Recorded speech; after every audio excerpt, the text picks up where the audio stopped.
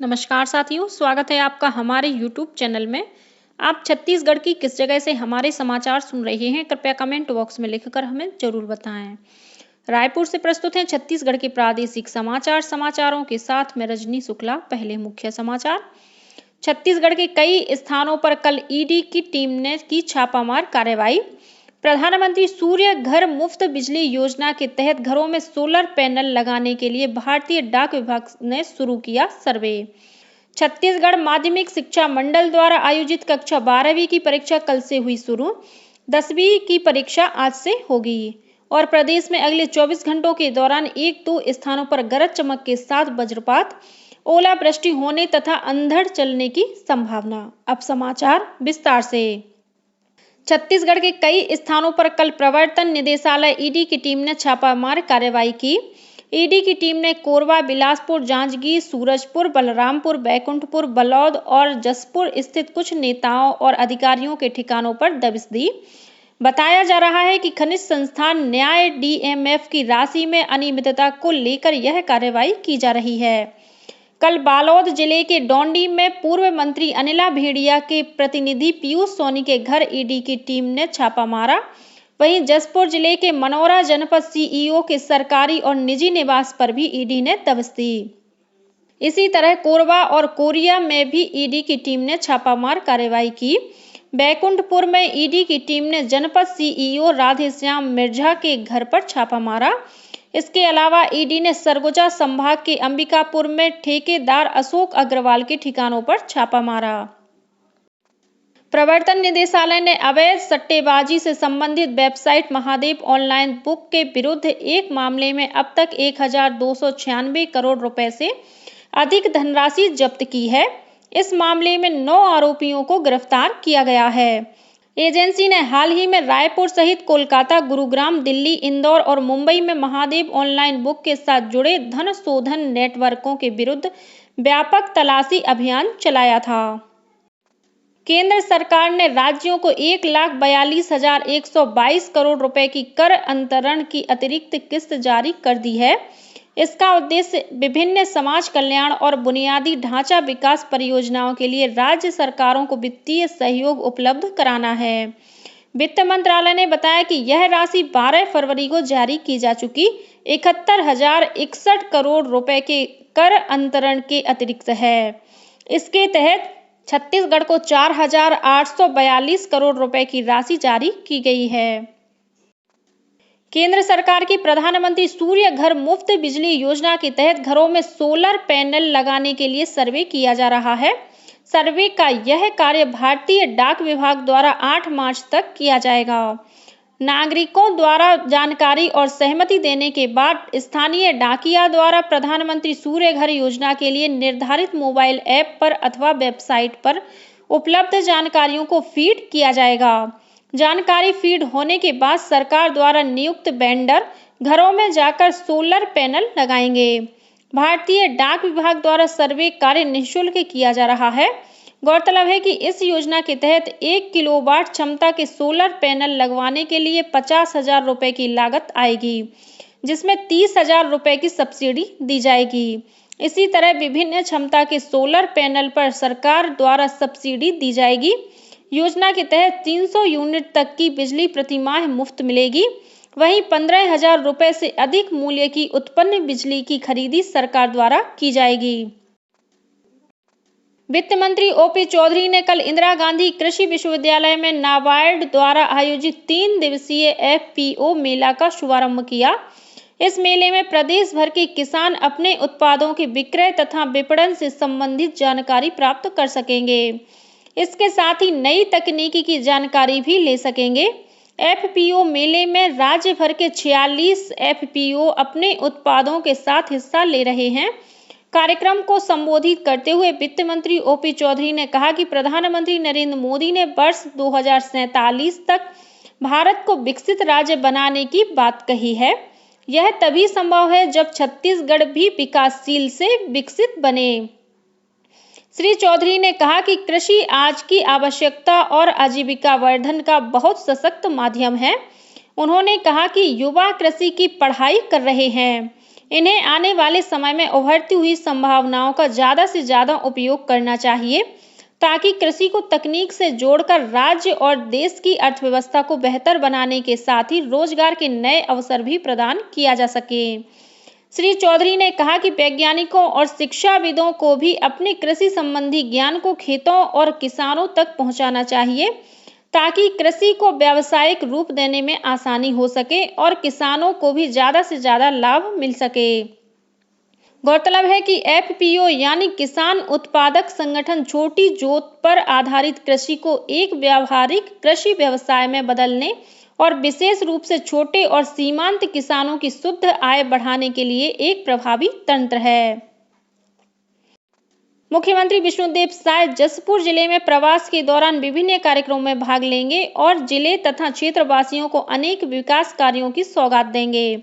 मुख्यमंत्री श्री साय वहां विकासखंड फरसा बहार के ग्राम तामा मुंडा में स्थित गिरि गोवर्धन पर्वत में सार्वजनिक सांस्कृतिक मंडप का लोकार्पण करेंगे। मुख्यमंत्री श्री साय यहां कलश यात्रा एवं अधिवास कार्यक्रम में भी शामिल होंगे। मुख्यमंत्री विकास खंड फरसा बहार के अंतर्गत ही तपकरा में आयोजित आम सभा में शामिल होंगे तथा सामुदायिक भवन का लोकार्पण करेंगे। साथ ही वे गायत्री महायज्ञ में भी शामिल होंगे।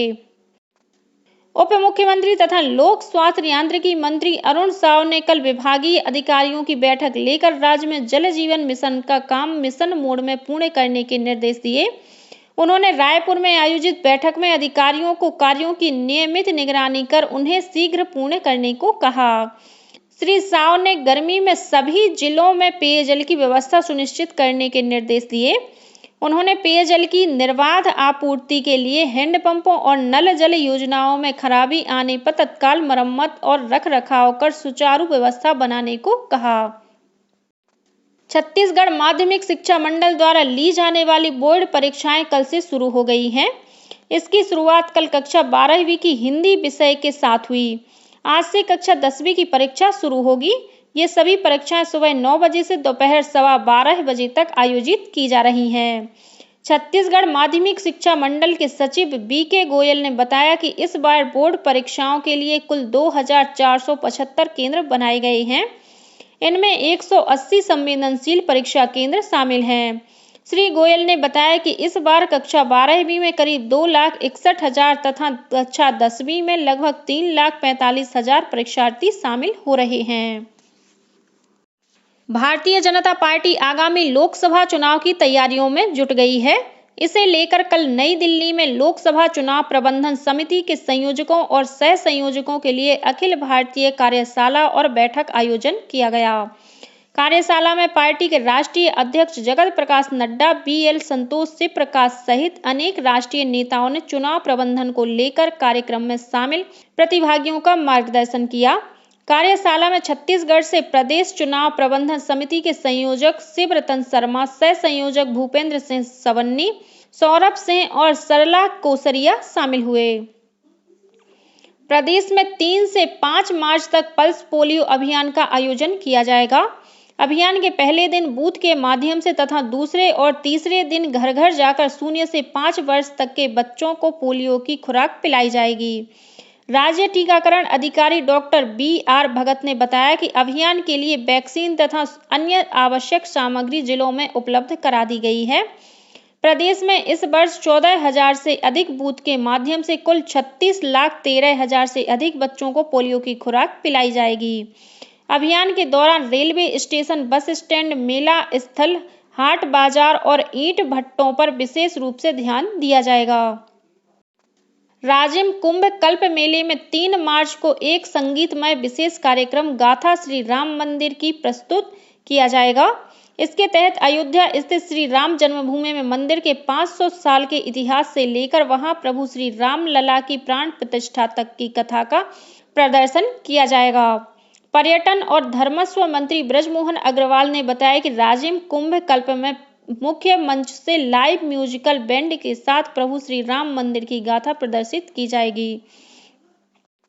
निर्वाचन आयोग ने राजनीतिक दलों को चेतावनी दी है कि वे आगामी आम चुनाव में प्रचार के दौरान आदर्श आचार संहिता का कड़ाई से पालन करें निर्वाचन आयोग ने कहा कि आचार संहिता का उल्लंघन करने वालों के खिलाफ कड़ी कार्रवाई की जाएगी। निर्वाचन आयोग की ओर से जारी चेतावनी में सोशल मीडिया जैसी प्रौद्योगिकी का भी उल्लेख किया गया है, जिसका उपयोग चुनाव वाले दिन से ठीक पहले, जब प्रचार पर पूर्ण रूप से रोक रहती है, तब भी किया जाता है। और अब पेश है मौसम का हाल। प्रदेश में अगले 24 घंटों के दौरान 1-2 स्थानों पर गरज चमक के साथ वज्रपात, ओलावृष्टि होने तथा अंधड़ चलने की संभावना है। वहीं उत्तरी छत्तीसगढ़ के 1-2 स्थानों पर हल्की से मध्यम वर्षा भी हो सकती है। मौसम विभाग से मिली जानकारी के अनुसार एक चक्रीय चक्रवाती घेरा उत्तर पश्चिमी अफगानिस्तान तथा उसके आसपास विस्तारित है। वहीं एक द्रोणिका उत्तर पश्चिमी अरब सागर के ऊपर स्थित है। इसके असर से आज 2 मार्च को प्रदेश के 1-2 स्थानों पर हल्की वर्षा होने अथवा गरज चमक के साथ छींटे पड़ने की संभावना है। और अब कुछ अन्य खबरें संक्षेप में। छत्तीसगढ़ के सुप्रसिद्ध रंगकर्मी हेमंत वैष्णव का निधन हो गया। मुख्यमंत्री विष्णुदेव साय और भाजपा के प्रदेश अध्यक्ष किरण सिंह देव ने उनके निधन पर शोक व्यक्त करते हुए उन्हें श्रद्धांजलि अर्पित की है। जसपुर जिला पंचायत सीईओ अभिषेक कुमार ने शासकीय पूर्व माध्यमिक शाला कोदोपारा के प्रधान पाठक विराजन राम जयकिशोर कुजूर और शिक्षक एलबी हेमंत कुजूर तथा सहायक शिक्षक एलबी रविशंकर गुप्ता को कार्य में लापरवाही बरतने के आरोप में निलंबित कर दिया है। प्रदेश के शासकीय और निजी क्षेत्र के आयुर्वेद तथा होम्योपैथी चिकित्सा महाविद्यालयों के BAMS और BHMS पाठ्यक्रमों में प्रवेश के लिए आवेदन 9 मार्च तक लिए जाएंगे। और 27वीं छत्तीसगढ़ राज्य पावर लिफ्टिंग प्रतियोगिता का आयोजन दुर्ग के BIT कॉलेज में किया जा रहा है। 3 दिवसीय इस प्रतियोगिता का औपचारिक उद्घाटन आज दुर्ग शहर विधायक गजेंद्र यादव करेंगे। इसी के साथ छत्तीसगढ़ के समाचारों का ये बुलेटिन समाप्त हुआ। नमस्कार।